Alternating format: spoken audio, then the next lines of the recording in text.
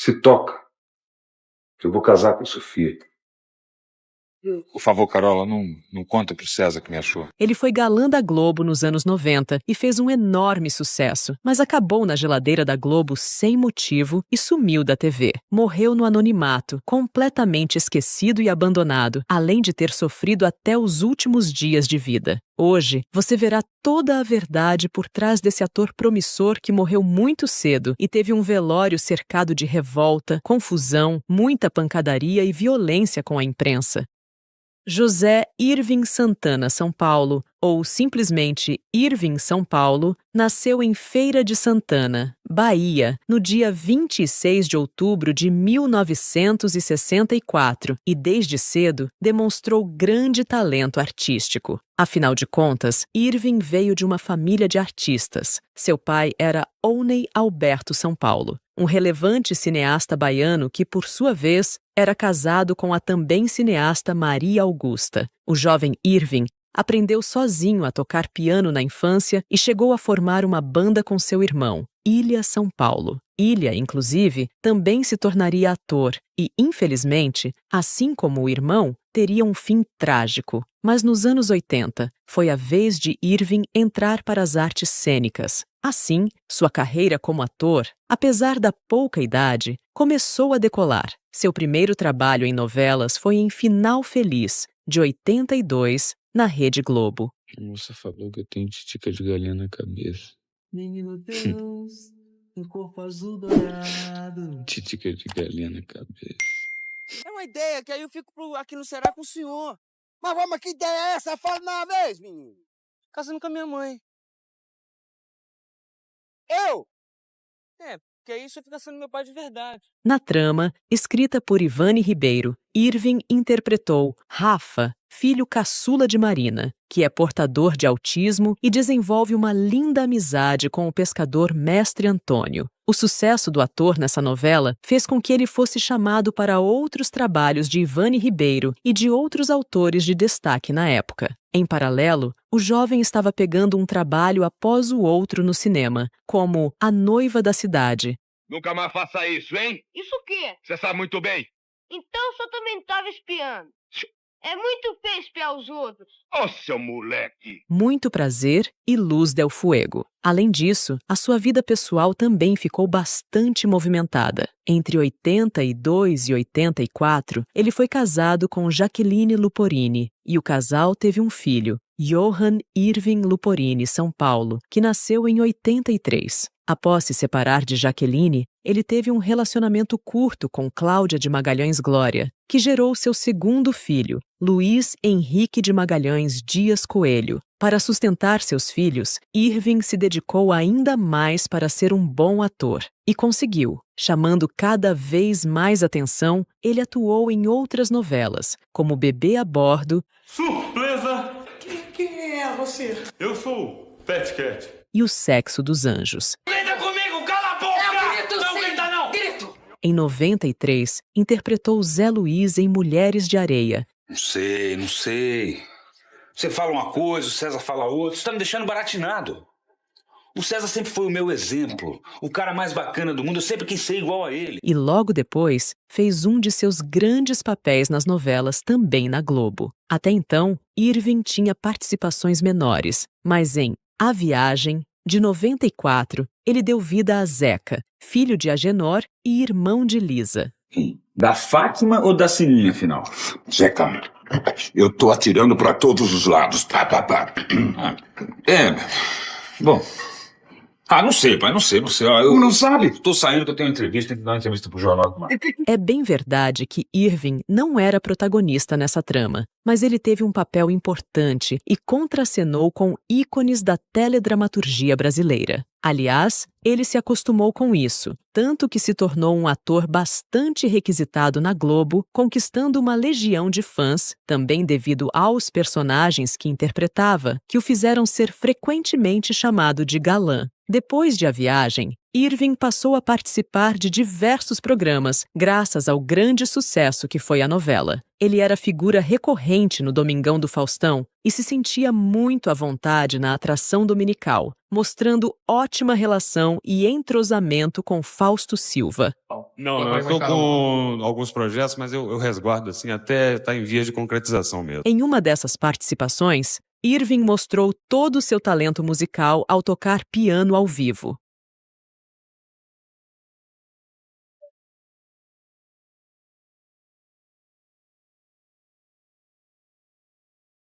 No programa Vídeo Show, apresentado por Miguel Falabella na época, o ator também aparecia de forma frequente nas reportagens ao vivo que mostravam os bastidores das novelas. Inclusive, enquanto gravava A Viagem, o Vídeo Show fez inúmeras matérias que ajudaram na divulgação da novela. Certa vez, Irving e os demais atores que contracenavam com ele bateram um papo bem descontraído com o repórter no intervalo das gravações. O programa destacou que Irving, que interpretava um músico em A Viagem, já tinha uma relação anterior com a música, ressaltando seu lado compositor e pianista. No final da reportagem, o ator aparece tocando teclado como parte de uma cena da novela. 1, 2, 3 e...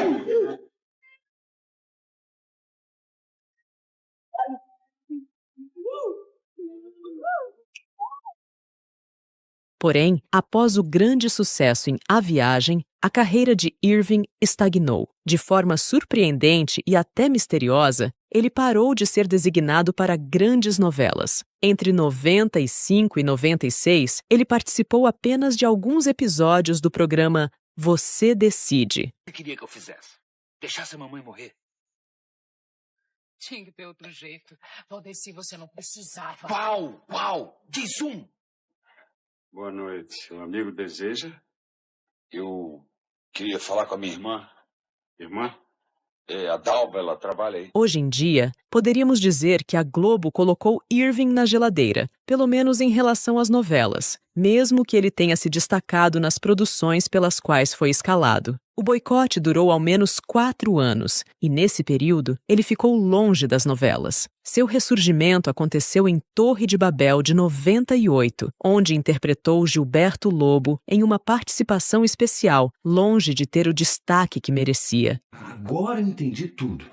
Você não quer dar bandeira para não perder as mordomias, não é? Claro que Irving percebeu esse boicote e passou a se dedicar mais ao teatro, mas, ao mesmo tempo, foi criando uma grande mágoa da Globo. E essa relação conflituosa foi potencializada pelos papéis que ele recebeu na sequência da carreira. Foram todos papéis pequenos, com algumas participações em novelas menores e apenas em alguns episódios. Isso ocorreu em várias produções, como Estrela Guia, Sítio do Pica-Pau Amarelo e Brava Gente, todas no início dos anos 2000. Ou seja, Irving nunca mais ganhou um papel fixo em novelas da Globo, o que causava estranheza entre os fãs, já que ele era muito competente e tinha mostrado todo o seu talento nos anos 90. Os últimos trabalhos de Irving foram na minissérie Um Só Coração e no programa Linha Direta Justiça, ambos de 2004. Na minissérie, ele fez uma pequena participação, interpretando Geraldo Ferraz. Não seja maledicente, Oswald. O Luiz Martins é uma excelente pessoa. Irving jamais voltou a ser destaque na emissora de Roberto Marinho,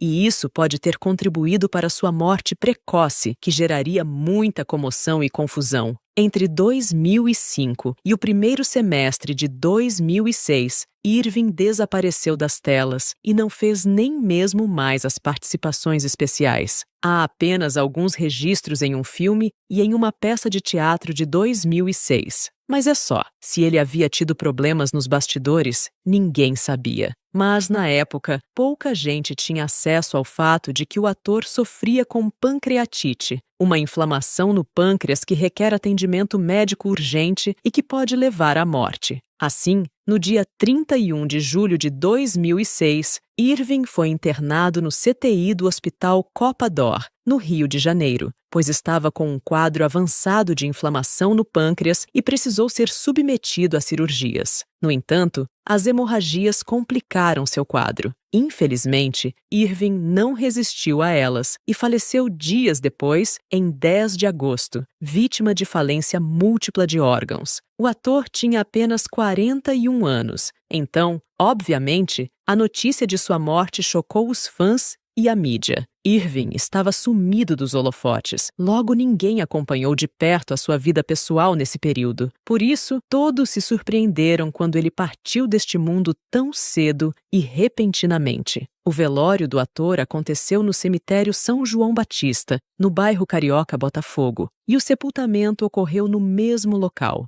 Só que a despedida de Irving gerou uma grande confusão. Quando faleceu, Irving estava diariamente nas telinhas da Globo, pois a emissora exibia a reprise de A Viagem no tradicional Vale a Pena Ver de Novo. Esse pequeno detalhe fez toda a diferença para a cobertura da morte de Irving. Se antes ele estava esquecido, agora todos os holofotes se voltaram para sua morte precoce. Devido à repercussão de seu falecimento, a imprensa foi em peso fazer a cobertura do velório do ator, incluindo equipes de reportagem da Globo e de outras emissoras. Além da grande tristeza envolvendo a trágica morte de Irving, esse momento ficou marcado por uma grande confusão envolvendo xingamentos e até mesmo quebradeira. Os familiares, que estavam muito abalados, não receberam bem os jornalistas que foram cobrir o velório e enterro do ator. Alguns xingaram, outros agrediram o pessoal da imprensa e até quebraram equipamentos dos cinegrafistas. Os familiares não queriam a presença dos jornalistas, demonstrando uma grande mágoa e raiva da mídia, especialmente da Globo, mas também de outros canais. Relatos de testemunhas e dos próprios repórteres que estavam no local confirmam que alguns familiares de Irving xingaram os profissionais e quebraram equipamentos de uma equipe da Rede TV, danificando as câmeras. Os portais até noticiaram que Tony Castro, do programa A Tarde é Sua, foi agredido. Assim, os jornalistas resolveram fazer as imagens de longe. E os ânimos estavam ainda mais exaltados, pois o corpo de Irving não pôde ser velado no dia de sua morte, somente no dia seguinte, já que o cemitério não funcionava durante a noite por questões de segurança. Ou seja, a família e amigos do ator estavam tristes e nervosos, e de uma hora para outra, viram dezenas de jornalistas chegando para cobrir o velório, o que foi considerado algo insensível e deselegante. Uma das pessoas mais exaltadas era o irmão de Irving, Ilha São Paulo, que gritou com os jornalistas, dizendo que eles eram vermes e sanguessugas. O ator Romeu Evaristo, amigo de Irving e que estava no local para se despedir do colega, chegou a pedir desculpas à imprensa, revelando que a família estava magoada, pois o ator tinha tido poucas oportunidades na carreira nos últimos anos. Essa declaração pode ter passado despercebida, mas comprovou uma suspeita. Irving e sua família estavam extremamente chateados com o tratamento dado pela Globo ao ator desde A Viagem. Afinal, a mídia ignorou por anos quando ele estava vivo e precisando de visibilidade, mas foi em peso cobrir a sua morte. No dia 31 de janeiro de 2023, Ilha São Paulo também nos deixou. Ele estava muito debilitado e foi encontrado morto pela esposa, a atriz Cláudia Provedel. Ilha tinha apenas 59 anos e a causa da morte não foi revelada.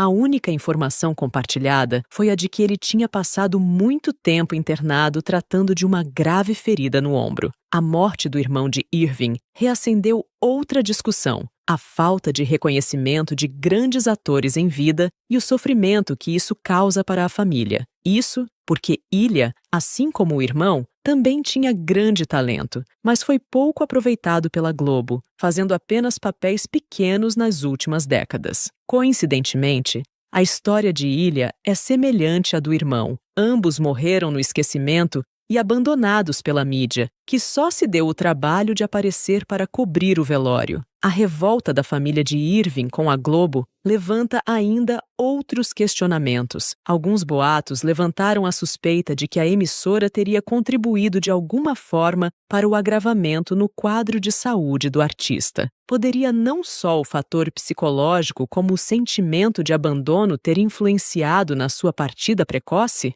Nos anos seguintes à sua morte, a Globo fez algumas homenagens ao ator em seus programas. Em 2017, no quadro Memória Nacional do Vídeo Show, o ator recebeu uma linda homenagem de Miguel Falabella, que ressaltou a paixão de Irving pela arte e seu amor pela música, que ficarão para sempre guardados na memória nacional. Mas não há homenagens suficientes que curem as feridas causadas pelo esquecimento e abandono. Irving, um grande ator e músico, assim como seu irmão, deixou um legado e milhares de fãs que ainda lembram com orgulho de seus personagens. Inclusive, fãs mantêm páginas dedicadas ao ator nas redes sociais, mantendo sua memória viva, mesmo muitos anos após a sua morte.